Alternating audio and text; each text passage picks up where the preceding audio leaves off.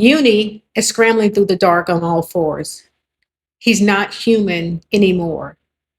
The real questions begin something like, how will this trigger Coco?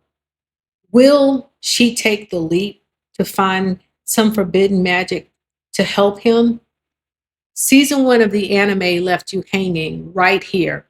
Inside the Serpentback's cave, Euini transformed with no answer to what happens to him next. This is that answer. And you won't see it animated for at least another year, maybe a year and a half. Minutes ago, he was an apprentice in the middle of his exam. Now he's throwing himself off the only safe path in the cave, and he doesn't care how badly it hurts. He just wants the darkness. The girl watching from around the corner knows exactly why. Because just minutes earlier, before Euini came to her rescue, it was going to be her, marked by forbidden magic. That's where chapter 25 of Hat Atelier begins. Let's jump into it. We're deep in the second Pentagram test arc still, and the exam has gone completely sideways. A brim capped named Sassarin attacked the apprentices inside the cave, and now everyone's scattered. So let's start with the one in the most trouble. Agott is the one watching Euini from around the corner. She is the one who decided at the end of chapter 24, or if you're anime only, as part of episode 13, to go after him. And here's what makes this land. She's not only chasing him out of duty, but she's chasing him out of some of the guilt she feels because it was supposed to be her, because Sassarin came for her first. He tried to turn her, he tried to mark her with forbidden magic. And Euini and Richeh is the reason he didn't. So when she watches him claw toward the dark, not caring how badly he injures himself, that could have been me. She grabs one of his shed scales, drops it into a guidance orb, and goes after him. The tattoo that's changing him won't come off. She knows that. She's going anyway. And while a god is chasing him, the thing that did this to Euini in the first place isn't finished with him. Down beneath the road, Sassarin reaches up and snares Euini in a web of threads, or basically ensnares him in a web of threads. He's not letting him wander off into the dark. He's hauling him away on purpose.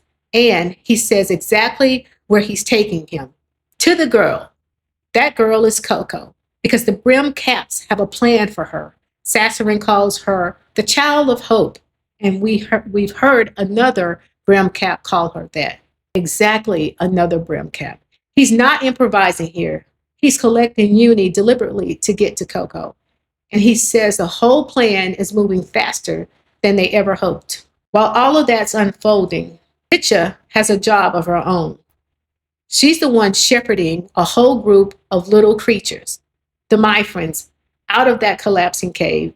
And she's doing it while replaying something Agott said to her, that she doesn't have what it takes to save Euini. The worst part, Richeh thinks Agott's right. And that doubt cracks open the most personal chapter we've gotten from her yet. We go back 4 years. Richeh is a little girl at a different school, or at a different atelier. Basically, she was at the Great Hall, studying beside her brother, Rilfin. And she has a teacher who wants every student to draw magic exactly the way he does, or exactly the way the master wants them to. But Richeh's spells are her own, small, strange, secret little things. And every time she does it her way, she gets told to stop. She gets scolded. Sit down, copy the lesson, be more like your brother.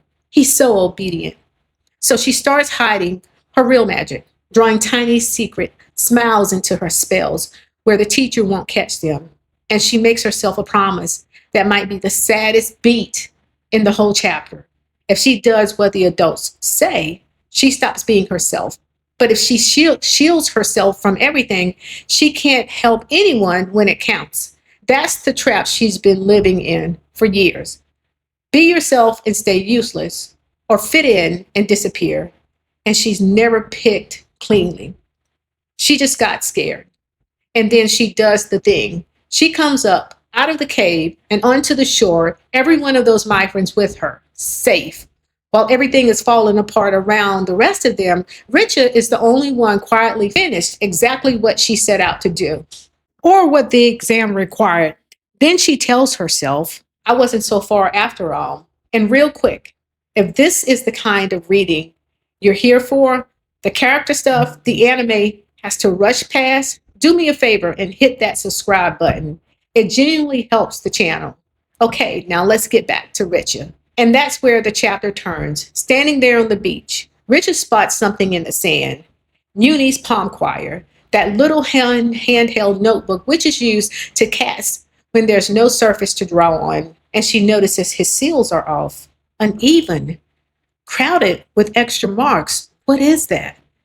And then it clicks. Euini's hands shake, so he adds extra signs to make up for the lines he can't keep straight. She notices that they're ordinary spells, but the way he draws them is all him. And that's the thing that breaks Richeh's trap scrambling mind open at the moment. The standard spells don't erase you. You're still in there in every line, every seal. She doesn't have to choose between her magic and theirs. And I want to be clear about what this is, because it's easy to misread. This isn't Richeh growing up and finally accepting the rules. It's the opposite.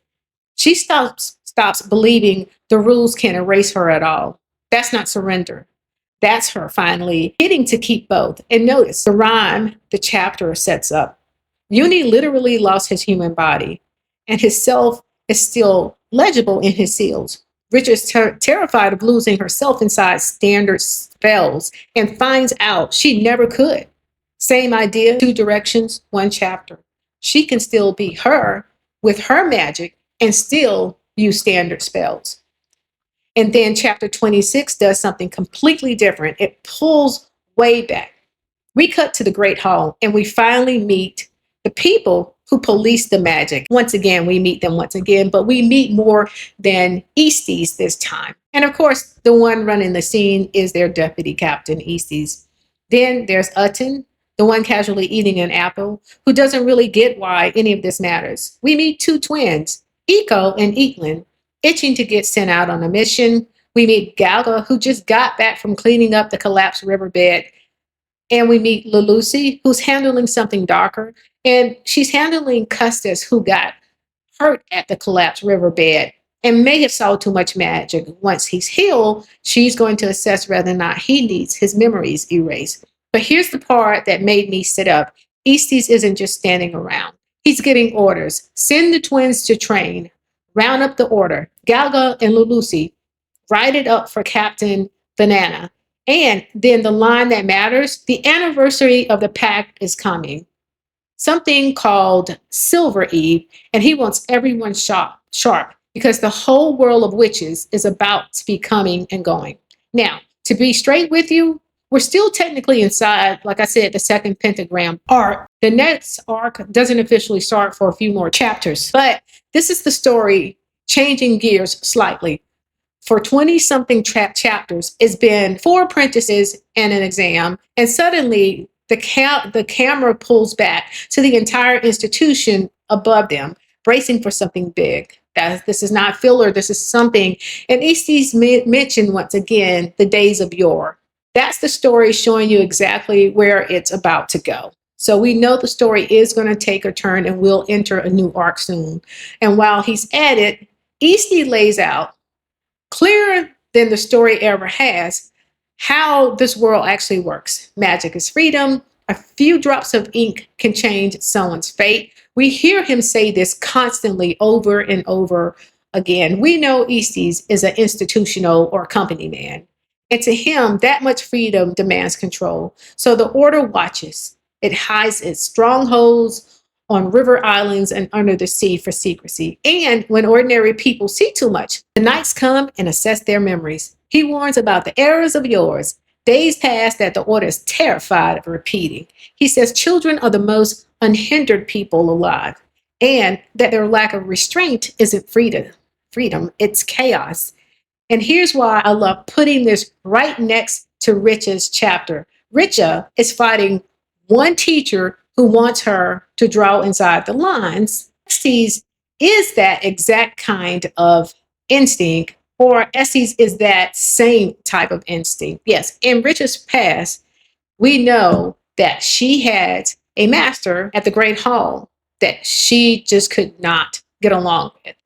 So it's true, Easthies is that exact same instinct, scaled up to an entire institution that polices an entire world. Same question, personal and societal. How much of yourself do you give up to keep the peace? And the story doesn't hand you an easy villain. Easthies isn't crackling. He sounds tired, like a man carrying something heavy. You can read him as a tyrant or a true believer, and I think that ambiguity is the point.